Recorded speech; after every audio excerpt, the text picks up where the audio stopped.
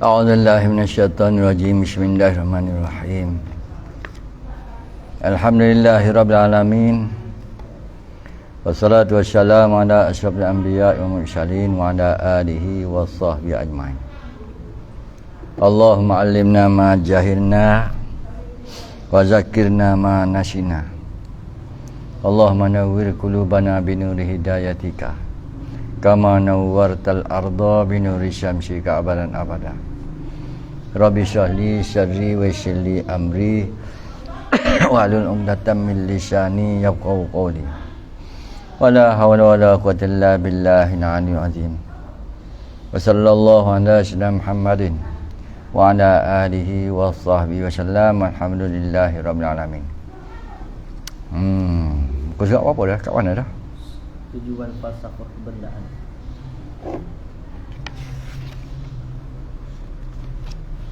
Tak sampai habis penutup lagi tak? Itu saja. Dalam 3-4 muka ni.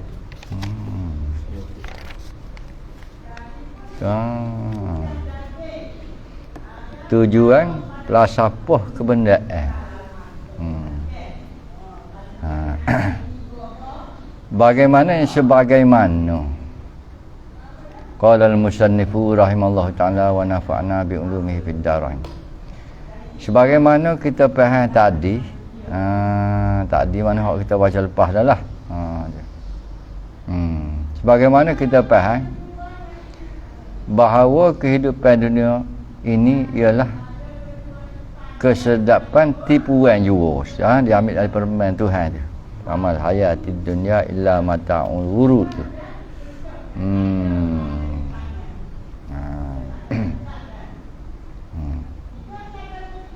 Dan juga yang dimaksudkan dengan dunia itu ialah nafsu biadab engkau.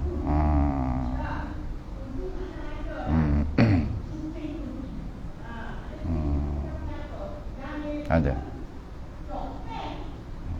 Tetapi menurut syariat bukanlah termasuk dalam maksud dunia. Dunia di atas disebut tadi, hak kata mata'ul ghurur. Ia ilmu-ilmu kemajuan sains dan teknologi. Itu pun jika ada ia ilmu tu berdasarkan kepada kerohanian, atau untuk mencapai keredaan Allah Ta'ala. Tidak masuk dalam dunia ini, maksud kata urut. Kata dia. Dan bukanlah dunia pula, dan bukanlah pula dunia itu harta benda. Assalamualaikum Ustaz. Tak Pas ni. Lepas pada sini Ustaz ajar dia.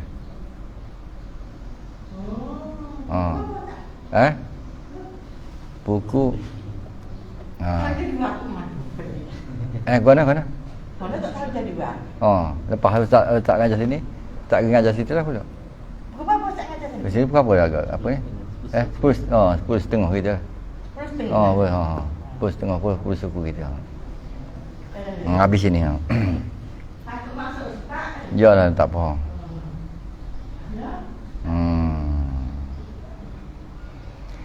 Dan bukanlah pula dunia itu, dunia yang dimaksud kata-kata mata ghurur. Mata benda yang menipu daya tu juga kata dia. Harta benda yang kita pegang, yang ada di tangan kita, yang dia jadi milik kita, sebagai amanah Allah. Malah kata seluruh kekayaan dunia adalah amanah Allah. Oleh itu ambillah amanah Allah ini sebagai alat sementara. Jadikan dunia, atau dunia sebagai alat. Tidak. Jangan dia jadi kita jadi alat dia. Tidak. Dia sebagai alat. Baru tak apa dia ni. Kau pergi buruk dah tadi. Tidak. Jadikan buruk sebagai alat untuk ambil buahnya. Tidak. Itu artinya kita jadi alat buruk dah. Gitu dah.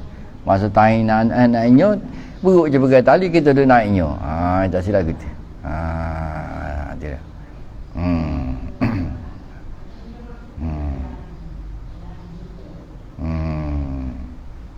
ambillah amanah Allah ini sebagai alat sementara untuk menghidupkan badan kasar yang menjadi saran bagi ruh. Dunia kita jadikan alat begitu. Dia tidak tujuan utama dunia ni. Dia sebagai alat. Sedangkan sekalian ruh ketika ditupangkan kesaran badan kasar ini adalah bertujuan untuk beribadah dan berbakti kepada Allah Ta'ala sebagai bekal akhirat. Yang ini utamakan ibadat dalam kehidupan harian. Hal lain sebagai alat berlaku. Baru tak apa lalu. Baru tidak rusuk. Betul lalu perjalanan dia. Utamakan ibadat dalam kehidupan harian. Ilmu dan ibadat. Utamakan itu. Hal lain sebagai alat saja. Jangan jadikan benda lain sebagai utama. Yang utamakan benda lain daripada ibadat. Biar ada nyala semua dalam hati kita begitu. Kalau terlala sikit, kita beki semua. Sentiasa beki semua. Utamakan ibadat dalam kehidupan harian. Utamakan ilmu.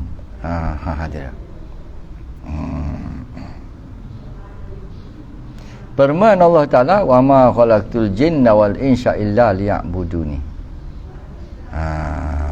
Acak kali dia ayat ni dia. Artinya tidaklah aku jadikan jin dan juga manusia malaikat supaya beribadat kepada aku. Ini arti kita kena jadikan tujuan hidup ni ibadat. Kena utamakan ibadat. Tidak.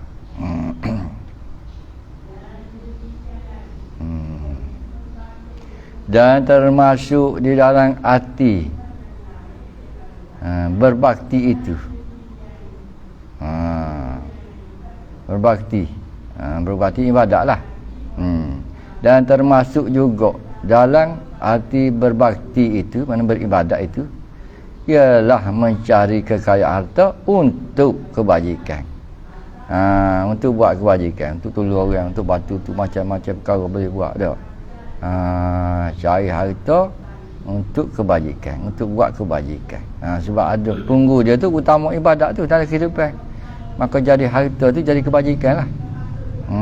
Sebagaimana sahabat-sahabat Nabi tadi.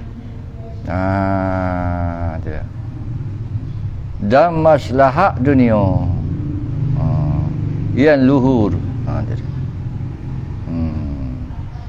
Tetapi janganlah pula menyalahgunakan kekayaan itu untuk kepuasan nafsu. Nafsu kita ni apa kalau dia tidak bersih, memang dia cari dia ada peluang dia tidak lepas peluang lah nafsu kita ni. Sebab tu dia kena bersih nafsu tu dulu baru dia jadi. Kalau tidak tak jadi.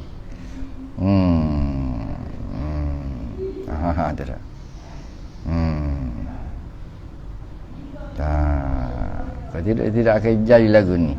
Kalau nafsu kita tidak bersih, kena bersihkan nafsu itu dulu. Baru dia betul perjalanan dia dah. Yang tidak mengenal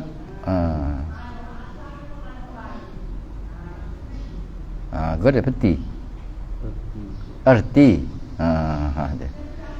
yang tidak mengenal arti kebenaran nafsu tadi, yang diredai Allah Ta'ala. Nafsu tak kira dah. Pada kalau peluang, maka nafsu ammarah berfungsi, dia akan lari daripada landasan sebenarnya lah. Jadi boleh duduk tanggung ni orang yang betul-betul betul-betul bersih, bersih hati dia.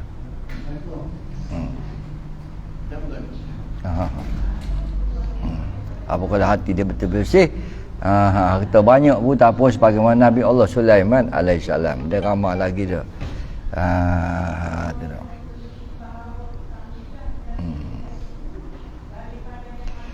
Kata oleh itu, orang yang mengambil kebendaan dunia lain daripada tujuan ibadah dan berbakti kepada Allah adalah sesat.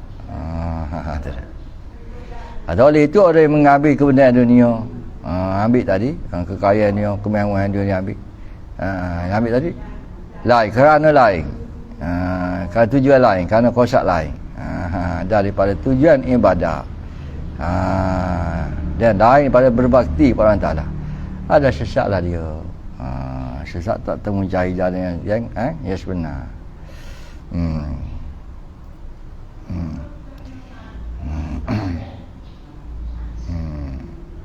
Dan orang-orang yang meletakkan amanah Allah, amanah harta dunia lah, pada bukan tepatnya, atau menyalahgunakan amanah Allah, umpamanya semata-mata untuk kepuasan hawa nafsu, yang tidak habis. Nafsu ni tak puas sama, nafsu kita ni tak puas sama, tak habis. Tidak habis cita-cita nafsu pada dunia. Ketomokkannya. Malaikat setelah tersumbat tanah ke dalam mulut, baru habis nafsu kita yang ni. Dalam perut. Maka orang umpama itu adalah terkena pedaya. Ni terpedaya ni. Yang dimaksud pada ayat terpedaya tu. Dan berhak mendapat pembalasan akhirat. Apa tak? Kerana mereka mengkhianati amanah Allah. Punca dia pada nafsu tu kotor.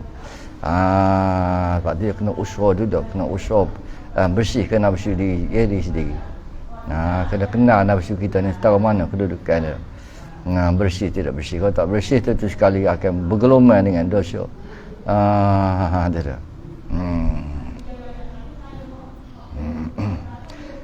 Firman Ta'ala, ya ayyuhallazina amanu la takhunullaha wa rasulah wa takhunu amanatikum wa antum ta'lamun. Wa'lamu annama amwalukum wa auladukum fitnah wa annallaha indahu ajrun azim. Artinya, wahai orang-orang yang beriman, jangan kamu mengkhianati Allah dan Rasul. Dan jangan pula mengkhianati amanah yang dipertaruhkan kepada kamu. Yang ni anak dan harta. Anak dan harta dia. Padahal kamu mengetahui harta benda itu yang anugerah kepada kita dan juga anak-anak sebagai amanah. Mesti kita kena buat sebagaimana yang disuruh oleh Allah dan Rasul. Yang ni kena utamakan ibadah. Tidak. Dan ketahui olehmu sesungguhnya harta kamu dan anak-anak buah kamu itu menjadi cubaan, ujian kepada kamu. Diuji dengan harta benda, diuji dengan anak-anak. Adakah kita sempurnakan segala tanggungjawab kita sebagai seorang bapa. Dan sesungguhnya pahala yang amat besar itu di sisi Allah Ta'ala. Kalau kena cara pahala besar lah. Kalau kita pergunakan harta tu ikut saluran yang diredai oleh Allah Ta'ala, dan juga anak-anak kita didik sebagaimana yang dikehendaki, yang diajar oleh Rasulullah SAW, pahalanya cukup besar sekali. Tidak.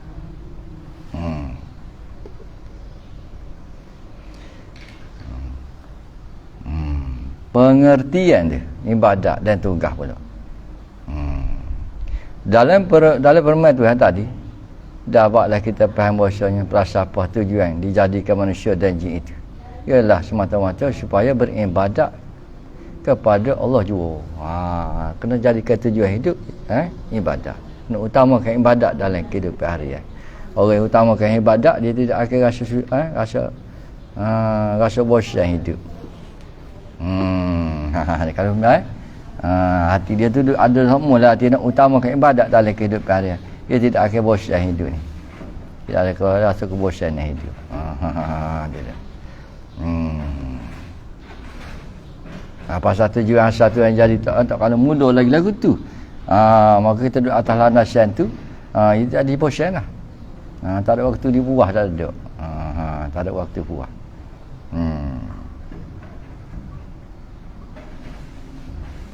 Kebendaan atau harta, benda dunia ini ada sebagai amanah Allah sementara. Jadi kita jadikan dia alat, barulah kena dah. Jadikan dia alat untuk tujuan ibadah. Tujuan ilmu dan ibadah. Sebagai alat. Baru tidak jadi, baru kena sungguh. Tak lari daripada apa yang diamanah oleh Allah Ta'ala. Untuk bekal badan kasar supaya manusia hidup beribadah. Supaya boleh beribadat dengan sempurna. Pasal ibadat ni banyak juga kena guna harta dia. Guna harta banyak dia. Oleh itu dapatlah kita simpulkan bahawa tujuan. Tapi kalau hati tak bersih, baik tak ada harta. Betul tak? Batu Ali Syufi dia buat dulu ni. Dia buat semua dunia. Bayar Syekh Al-Qadir Jilani tadi. Setelah dia sudah dapat makam wali kutub tadi. Penuh dengan kekayaan dia ada di tangan dia waktu itu. Sebagaimana satu cerita seorang perempuan, dia bawa anak jantan dia pergi jumpa Tok Guru. Tok Guru tolong ajar anak hamba ni biar jadi Tok Guru kata dia. Dia tinggal. Dia getak, dia pakai baju buruk dah. Duduk sebuah kecil berpondok lah. Duduk semayang je dia. Makan tak ui, kadang-kadang bui, kadang duduk. Dia. Sebulan lepas pada tu mak dia tengok anak dia kuring, tinggal kulit dengan tulang, duduk semayang cegak. Menangis mak dia. Dia. Kalau dia pergi depan tu macam-macam makan ni ada depan tu. Buah tu macam-macam. Kata Syekh Al-Qadir Jani kata selagi dia tak boleh jadi sepupu aku ni kan.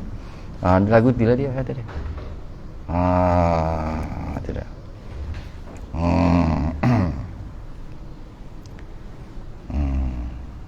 Batu senang kata dunia sepula. Bagi kena ular, dah tak apa dia pergi ular. Dah, ular tak boleh nampak apa dia pergi kepala.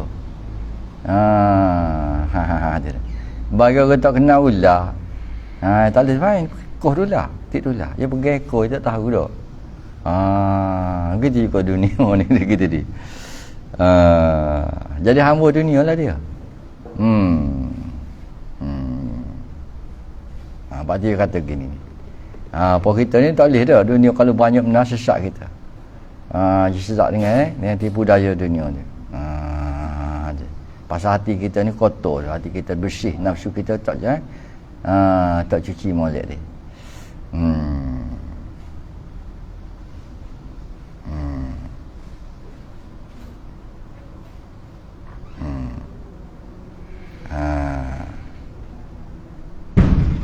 Dapatlah kita simpulkan kata bahawa tujuan konsep hidup itu ialah ibadah.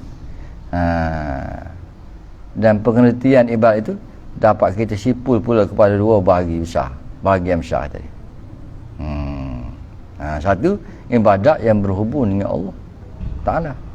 Dan dua, ibadat yang berhubung dengan masyarakat. Dua lah ibadat. Lalu dia tafsir. Ibadat yang berhubung dengan Allah itu ialah segala amalan yang diperintah Allah. Supaya puasa semua sekali lah. Supaya dibuat oleh perseorangan. Sama ada berupa amalan wajib atau sunnah. Amalan yang umpama itu tidak jadi sempurna melainkan dilakukan dengan penuh ikhlas. Dan jujur, dia betul-betul jujur kepada Allah Ta'ala, lahir batin. Dan ia jujur ni mustahak, bukan wajib, mendapat kesedaran.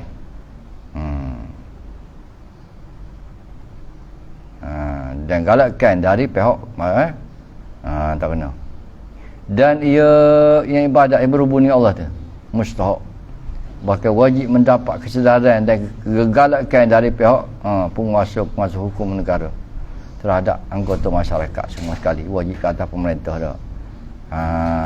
Kena paksa ni. Wajib kena pemerintah ni kena paksa semua sekali. Ibadat yang berhubung dengan masyarakat ialah menjalankan urusan-urusan yang berkaitan dengan masalah-masalah kemakmuran dan pembinaan dan pembangunan dan perdagangan dan pergaulan sosial. Ibadat juga tu. Goda tu.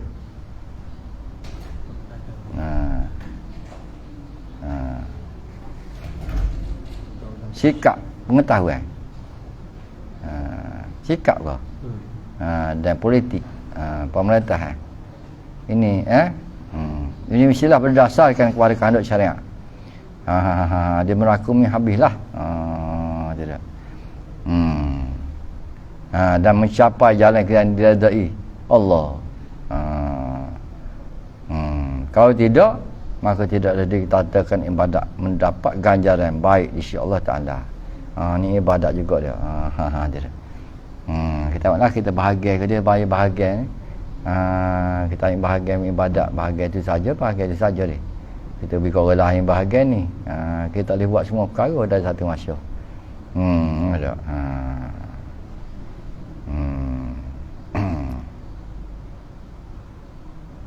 Bertuah dan hina. Bertuah dan mulia kita. Kata pabrik hari ni kita ni. Adakah bertuah dan maha besar pahala sebagai amalan soleh? Kalau ada azan dan kebijaksanaan cita-cita politik pemimpin boleh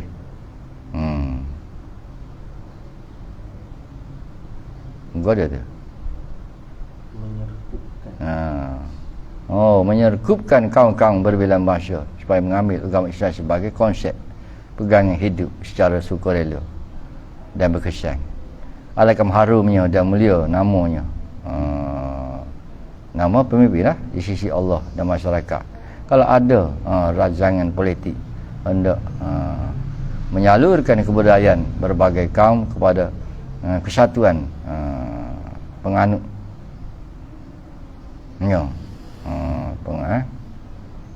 pahaman Islam atau kebudayaan Islam, tuling sebagai terah atau konsep hidup.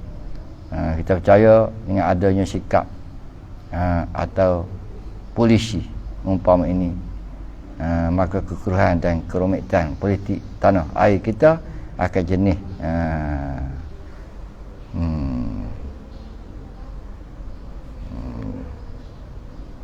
golia tu selesai dan akan tamat jika ia terlaksana dalam arti yang sebenar.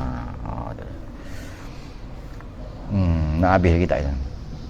Kalau segala tujuan dan pembangunan yang lain-lain bukan dibuat dengan pesat, boleh dibuat dengan pesat dan jayanya, maka tidak ada sebab projek-projek dakwah Islamiah secara berkesan tidak boleh dibuat dan dianjurkan secara besar-besaran untuk mencapai cita-cita suci yang ditututi dan diridai Allah itu, bagi memperketat dan melaksanakan cita-cita Islam sebagai agama resmi negara. Dan ini adalah satu usaha amalan soleh yang lebih baik dan lebih utama dari yang lain. Alangkah bertuah dan besar pahala amalan umpama itu jika dibandingkan dengan upacara-upacara pertandingan membaca Quran setiap tahun sebagai hasrat hendak membesarkan syiar Islam. Apalah guna kemajuan dan kemakmuran yang tercapai kalau hanya sekadar untuk membanyakkan pengisi negara dengan keturunan-keturunan yang bukan beriman, yang sudah tentu akan mengancam kedudukan perpaduan pada satu ketika. Agama Allah Ta'ala mahukan kemajuan jadi usahakan syiar dan malak itu bertujuan supaya benih-benih zuriat keturunan manusia itu dibiakkan dengan keimanan Barulah kemajuan itu mempunyai arti dan redha ya Allah. Dan itulah sebenarnya perbaruan hakiki yang mendapat ganjaran Allah. Alhamdulillah penutup kita konten kita ini. Syukurlah kita kepada Allah dengan kesyukuran yang tiada terhingga, kerana dengan inayah dan taufiknya saya dapat menyudahkan buku tasawuf ini yang mana dapat dikemukakan sekadar terdaya oleh saya yang sangat berat nak menguraikan dengan bahasa yang mudah.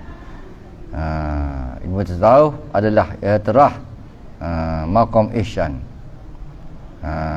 sebagaimana diterang oleh maksud Nabi Muhammad sallallahu alaihi wasallam, sebenarnya anta budallah ka annaka tarah fa illam takun tarahu fa innahu yaraka.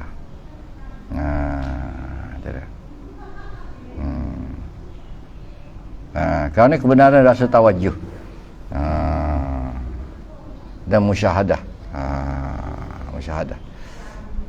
dengan Allah, tawajuh dan musyahadah memandang, tawajuh dan musyahadah memandang Allah, itu mustahil tercapai kalau tidak ada teras maqam ihsan syupiah itu.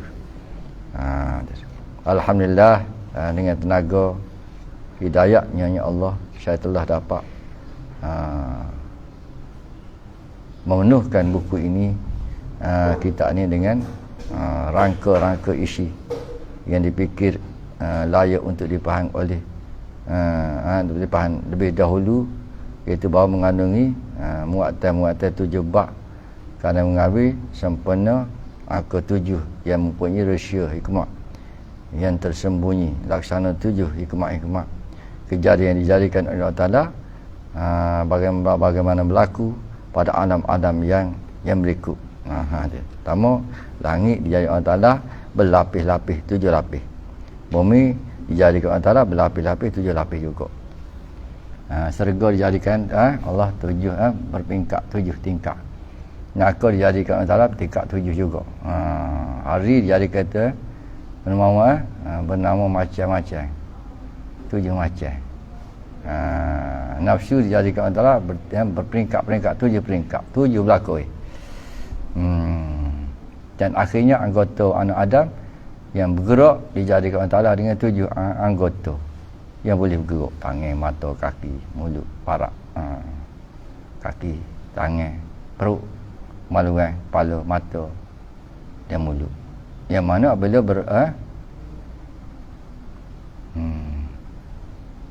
beriman anggota-anggota itu teraman. Apabila teraman anggota-anggota itu dari punca-punca manusia lahir dan dimasukkan ke dalam syurga yang 7. Tetapi apabila anggota yang 7 itu digerakkan oleh nafsu kotor,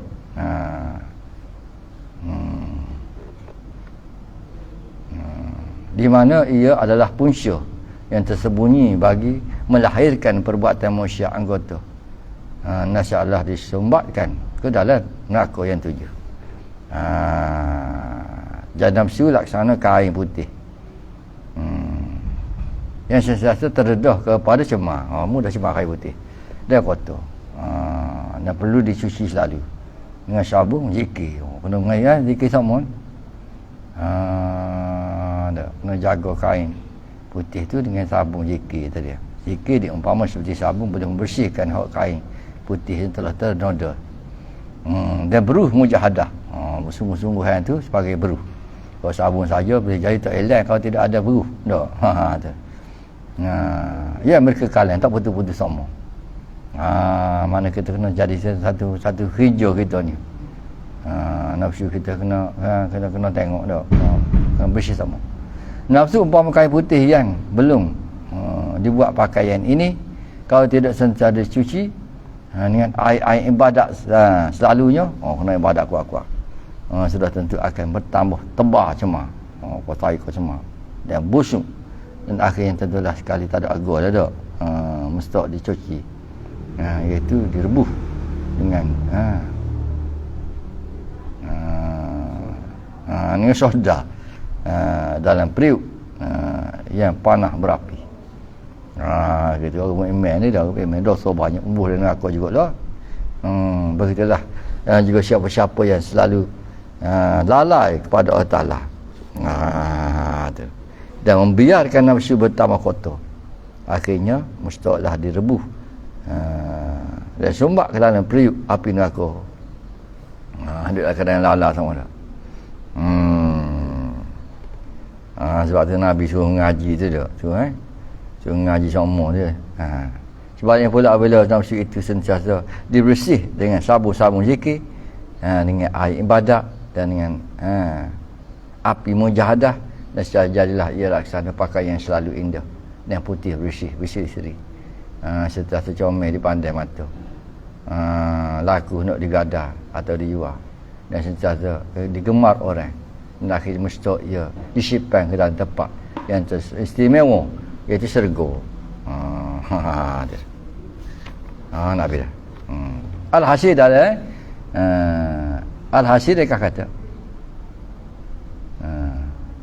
dalam ruangan kata penutup ini terdapat bilangan aku 7 yang berkurung. Sebanyak 14 tempat. Lalu didarat dikali dengan 14, 7 kali 14. Samalah dengan 98. Dicampur pula dengan akar 1.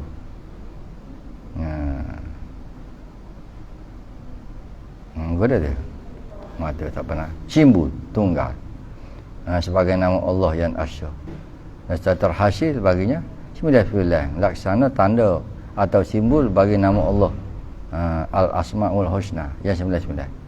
Yang mana kalau ada orang yang sungguh-sungguh ingin bermujahadah serta ibadat pada jalan Allah hingga ia capai maqam tauhidul asma, nescaya ia berjaya akan jadi syarif wajah Allah yang besar. Ya Allah ya Rabbi, kami mohonkan kepadamu doa dia ni. Doa pengarang kitab ni muncul, kita belajar kitab ni masih ada doa dia ya Allah ya Rabbi, kami mohon kepadamu dan dengan kudratmu akan dapatmu curahkan hasil cahaya sinaran buku ini melekat ke lubuk hati kami.